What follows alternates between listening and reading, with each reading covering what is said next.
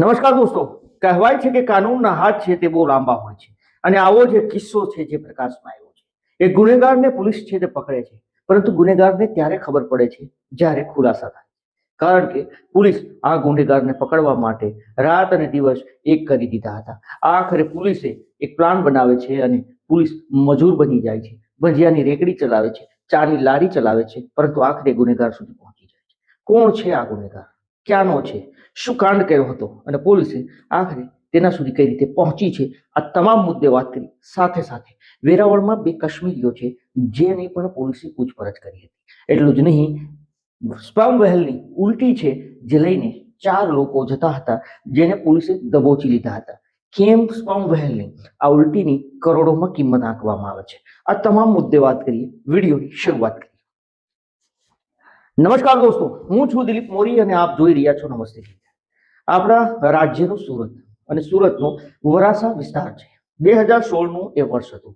2016ના વર્ષની અંદર આ વરાસા વિસ્તારની અંદર એક લૂંટની ઘટના બને છે। આ લૂંટની ઘટનામાં એક વેપારીને લૂંટી લેવામાં આવે છે। એ વેપારીને લૂંટી લીધા બાદ જાણ થાય છે, પોલીસમાં ફરિયાદ થાય છે અને જાણ થાય છે કે મેહુલ ઉર્ફે મહેશ બાબર ભઠ્ઠી નામનો વ્યક્તિ છે જેણે વેપારીને લૂંટી લીધો છે, જેને લઈને પોલીસ છે તે હવે મહેશ ભટ્ટીની શોધખોળ શરૂ કરે છે। આખરે પોલીસ આ મહેશ ભટ્ટી સુધી પહોંચી જાય છે, તેને ઝડપી પાડે છે અને તેને કોર્ટમાં રજૂ કરે છે। કોર્ટ છે તેને આખરી સજા આપે છે। લગભગ 7 વર્ષની સખત કેદની કોર્ટ છે ત્યાં મહેશ ભટ્ટીને સજા ફટકારે છે।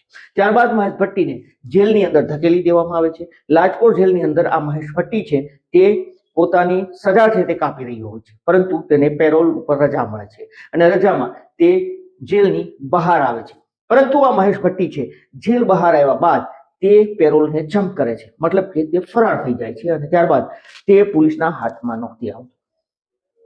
પોલીસ તેની ખૂબ શોધખોળ કરે છે, પરંતુ છેલ્લા 1.5 વર્ષથી આ મહેશ ભટ્ટી છે તે પોલીસને ચકમો આપી રહ્યો હતો।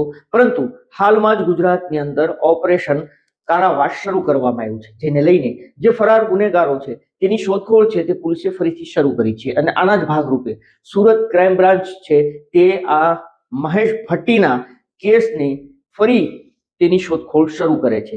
સુરત ક્રાઇમ બ્રાન્ચ ને લાગે છે કે મહેશ ભટ્ટીને પકડવો એટલો સહેલો નથી, જેના કારણે પોલીસ છે તે પ્લાન બનાવે છે। પોલીસને એટલી જાણકારી હતી, એટલી બાતમી હતી કે મહેશ ભટ્ટી છે તે અમુક વિસ્તારોની અંદર અવરજવર કરતો હોય છે, પરંતુ તેને જો ભનક પણ લાગે તો મહેશ ભટ્ટી છે તે નાસી જશે અને પોલીસના હાથે નહીં લાગે, જેના કારણે એલસીબીના મતલબ કે સુરત ક્રાઇમ બ્રાન્ચના પોલીસ કર્મચારીઓ છે તેને પોતાનો જે પોલીસની વર્દી છે તે ન પહેરી અને તેને એક મજૂર જેવો એક જે ભજીયાની લારી ચલાવતો હોય એવા વ્યક્તિનો વેશ ધારણ કરે છે। અલગ અલગ એક પોલીસ કર્મચારી છે જે ચા બનાવવાનું કામ કરે છે, બીજા અન્ય છે જે ભજીયા તળવાનું કામ કરતા હોય છે, લોચો બનાવવાનું કામ કરતા હોય છે અને તેના દ્રશ્યો પણ સામે આવ્યા છે। પોલીસ અહીંયા પર 3 દિવસ સુધી આ મજૂરી કરે છે મેહુલ ઉર્ફે મહેશ ભટ્ટીને પકડવા માટે।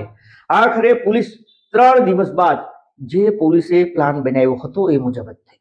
રાત્રિનો સમય હતો અને મહેશ ભટ્ટી છે તે બાઇક સાથે આવે છે।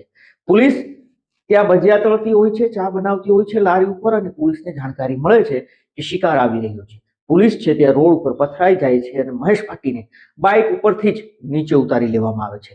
મહેશ ભટ્ટી કંઈ સમજે તે પહેલા પોલીસ તેને પકડી લે છે। મહેશ ભટ્ટીને લાગતું હતું કે અજાણ્યા શખ્સો છે, કોઈ છે અને તે અચાનક રોડ ઉપર આવી ચૂક્યા છે અને તેને પકડી લીધો છે, પરંતુ જ્યારે ખુલાસો થાય છે ત્યારે જાણવા મળે છે કે આ કોઈ ભજીયાની લારી વાળા નહીં, આ ચાની લારી વાળા નહીં, પરંતુ સુરત ક્રાઇમ બ્રાન્ચના પોલીસ કર્મચારીઓ છે જે આ મહેશ ભટ્ટીની શોધખોળ કરી રહ્યા હતા અને મહેશ ભટ્ટીને પકડવા માટે તેણે વેશનો પલટો કર્યો હતો। આ જાણકારી જ્યારે સમગ્ર રાજ્યમાં આ વિડીયો વાયરલ થાય છે ત્યારે સમગ્ર રાજ્યના લોકો છે તે સુરત પોલીસને વધાવી રહ્યા છે, તેનું અભિનંદન કરી રહ્યા છે। દોસ્તો, આ સિવાય આપણા ગીર સોમનાથ જિલ્લાનું ગીરગઢડા છે અને ગીરગઢડા પોલીસ છે તે પેટ્રોલિંગમાં હતી। આ સમયે ગીરગઢડા દ્રોણ જતો એક રસ્તો છે જ્યાં દ્રોણેશ્વર મહાદેવનું મંદિર પણ આવ્યું છે। આ રસ્તાની ચોકડી ઉપર એક ફોર્ચ્યુનર કાર છે તે પસાર થતી હોય છે। પોલીસને શાયદ બાતમી હતી અથવા તો તેણે ચેકિંગ કર્યું કારનું। કારના ચેકિંગ દરમિયાન એ કારની અંદર 4 લોકો સવાર હતા। આ 4 લોકો સવાર હતા, તેની તલાશી લેવામાં આવી કારની। કારની અંદરથી એક છરી મળી આવે છે, મતલબ કે એક છૂરો મળી આવે છે। જેને લઈને પોલીસ આ ચારેયની અટકાયત કરે છે, પરંતુ એક ડબ્બી પણ મળી આવે છે। આ ડબ્બીની અંદર અંદાજિત 19 ગ્રામ જેટલો શંકાસ્પદ પદાર્થ હતો તે પોલીસને મળી આવે છે, જેને લઈને પોલીસ આ તમામને લઈને પોલીસ સ્ટેશન આવે છે।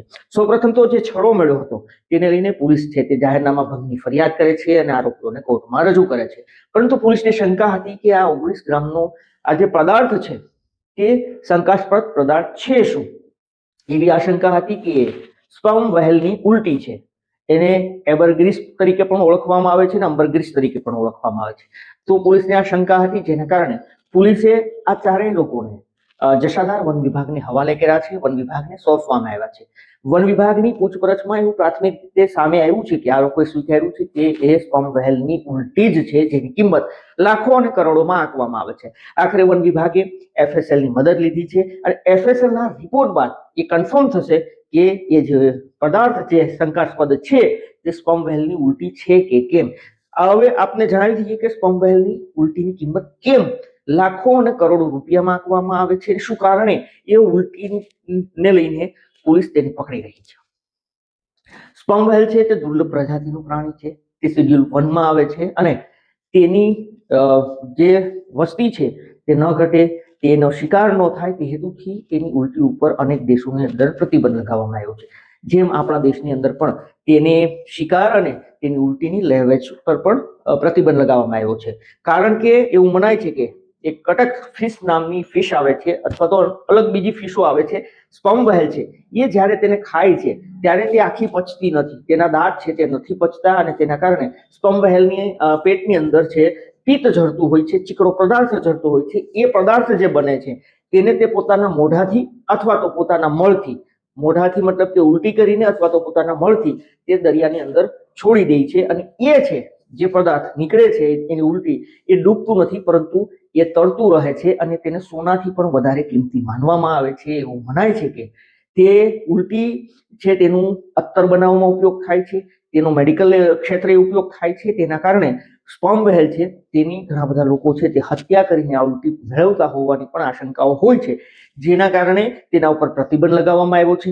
અનેક દેશોની અંદર પ્રતિબંધ છે તો અનેક દેશોની અંદર પ્રતિબંધ નથી, પરંતુ ભારત દેશની અંદર સ્પર્મ વહેલના શિકાર ઉપર અને સ્પર્મ વહેલની ઉલટી ઉપર પ્રતિબંધ છે। અને આ ચાર લોકો જે છે તે બ્લેક કલરની ફોર્ચ્યુનર કાર લઈને પસાર થઈ રહ્યા હતા, એ ભાવનગર જિલ્લાના જેસર ગામના છે। હાલ આ તમામ વન વિભાગની કસ્ટડીમાં છે, જેની વન વિભાગ પૂછપરછ કરી રહ્યું છે। હવે વાત કરી લઈએ વેરાવળમાં મળેલા બે કાશ્મીરી લોકોની। વેરાવળ એસઓજી પોલીસ છે ગીર સોમનાથની, તેને એક બાતમી મળે છે કે વેરાવળની અંદર બે શંકાસ્પદ યુવાનો છે જે જોવા મળ્યા છે, જે શંકાસ્પદ છે, જેના કારણે વેરાવળનો રામ ભરોસા ચોક છે, આ ચોક વિસ્તારની અંદરથી આ બંને લોકોને પોલીસ છે તે પકડીને તેની પૂછપરછ કરે છે। જાણવા મળે છે કે તે કડીથી અહીંયા પર આવ્યા છે, મતલબ અલગ રાજ્યમાં હતા, ત્યાંથી ફરતા ફરતા કડી અન્ય શહેરોમાં થઈને હવે આ બંને લોકો છે તે વેરાવળ આવ્યા હતા। જોકે પોલીસને તેની પાસેથી કશું શંકાસ્પદ નથી મળી આવ્યું, પરંતુ આ બંને લોકો છે જે કાશ્મીરી છે, કાશ્મીરના છે, ત્યાં મદ્રેસાનો ફાળો ઉઘરાવવા માટે તે અલગ અલગ શહેરોની અંદર થઈને હવે વેરાવળની અંદર ફાળા માટે આવ્યા હતા। આખરે પોલીસે તેની પૂછપરછ કરી અને પોલીસને તેની પાસેથી કોઈ શંકાસ્પદ વસ્તુ કે શંકાજનક તે ન લાગતા તેને મુક્ત કરવામાં આવ્યા હતા, કારણ કે જે રીતે તે આવ્યા હતા એની પાસે જે પુરાવા હતા તે તમામ લીગલી હોવાનું મનાઈ રહ્યું છે। આ સિવાય વેરાવળની અંદર એસઓજી પોલીસ દ્વારા ગોગો પેપર ઉપર દરોડા પાડવામાં આવ્યા છે। વેરાવળની અલગ અલગ બજારોની અંદર જે પાન મસાલાની દુકાનો અથવા તો અન્ય દુકાનો હોય છે, જ્યાં કાલે એસઓજી પોલીસે રેડ મારી હતી। એસઓજી પોલીસે ચેકિંગ કર્યું હતું તો તેમાંથી 5 વેપારીઓ છે જે પકડાયા છે, જેના શોપો અંદરથી ગોગો પેપર અથવા તો જે ગેરકાનૂની વસ્તુઓની ચીજવેસ્ટ જે વેચાણ થઈ રહ્યું છે તેને લઈને 5 લોકો સામે પોલીસે કાર્યવાહી કરી હતી। આ જે ગોગો પેપર આવે છે એ ગોગો પેપરને એવું મનાય છે કે ગાંજો છે તે તેમાં નાખીને તેને ફૂંકવા માટે, તેને પીવા માટે તેનો ઉપયોગ થતો હોય છે અને તેના કારણે જ આ ગોગો પેપર ઉપર પ્રતિબંધ છે, છતાં પણ તેનું વેચાણ થતું હોવાનું સામે આવ્યું છે અને રાજ્યભરમાં પોલીસ દ્વારા આનું ચેકિંગ અત્યારે ચાલી રહ્યું છે। આ સિવાય તલાલાની અંદર ફૂડ વિભાગ દ્વારા તલાલા શહેરની અંદર એક ફરિયાદ મળી હતી ફૂડ વિભાગને, અને તેના કારણે 5 જગ્યાએ તેને દરોડા પાડ્યા છે, સેમ્પલો લીધા છે। એ પછી સોચ હોય, ચટણી હોય કે છાશ કે દૂધની અન્ય બનાવટની વાનગીઓ હોય, એના સેમ્પલ લેવામાં આવ્યા છે, પરંતુ આ દુકાનદારોના નામ ગુપ્ત રાખવામાં આવ્યા છે. કેમ ગુપ્ત રાખવામાં આવ્યા છે એની અમને જાણકારી નથી, પરંતુ તેના સેમ્પલ લેવામાં આવ્યા છે, જેને લઈને ત્યાં ફૂડ વિભાગના આ કામગીરીને લઈને ફફડાટ ફેલાયો છે. જો કે આ સેમ્પલ લેવામાં આવ્યા છે, તેના શું રિપોર્ટ આવે તે હવે જોવું રહ્યું. આ સિવાય વેરાવળની અંદર 181 મહિલા અભિયાનની ટીમ છે, તેણે એક યુવતીને બચાવી છે. જે યુવતી છે તે પોતાના પરિવારની સાથે મેળામાં જવા માટે પોતાના પરિવારની કહ્યું હતું, પરંતુ પરિવારે ના પાડતા તેનો ઘરે ઝઘડો થયો હતો અને તે રેલવે સ્ટેશન નજીક જે રેલવેના પાટા છે એ પટરી ઉપર પહોંચી હતી, જેની જાણકારી કોઈ જાગૃત નાગરિક દ્વારા 181 ની ટીમને આપવામાં આવી હતી. 181 ની ટીમ છે તે તાત્કાલિક પહોંચી હતી અને આ જે કિશોરી અથવા તો યુવતી હતી તેની સમજાવટ કરી હતી, તેને સમજાવી હતી અને ત્યારબાદ મામલો થાળે પડ્યા બાદ તેને એના પરિવારને સોંપવામાં આવી હતી. તો વેરાવળની અંદર કંઈક આવી ઘટનાઓ પણ બની છે, પરંતુ આ તમામ મુદ્દે દોસ્તો આપનું શું કહેવું છે, આપનું શું માનવું છે, આપ અમને જરૂરથી કમેન્ટ કરીને જણાવજો. અમારો હેતુ કોઈને નુકસાન પહોંચાડવાનો, બદનામ કરવાનો નહીં, આપને સચેત અને જાગૃત કરવાનો છે. આપ પણ સાવધાન રહો, સલામત રહો, સતર્ક રહો.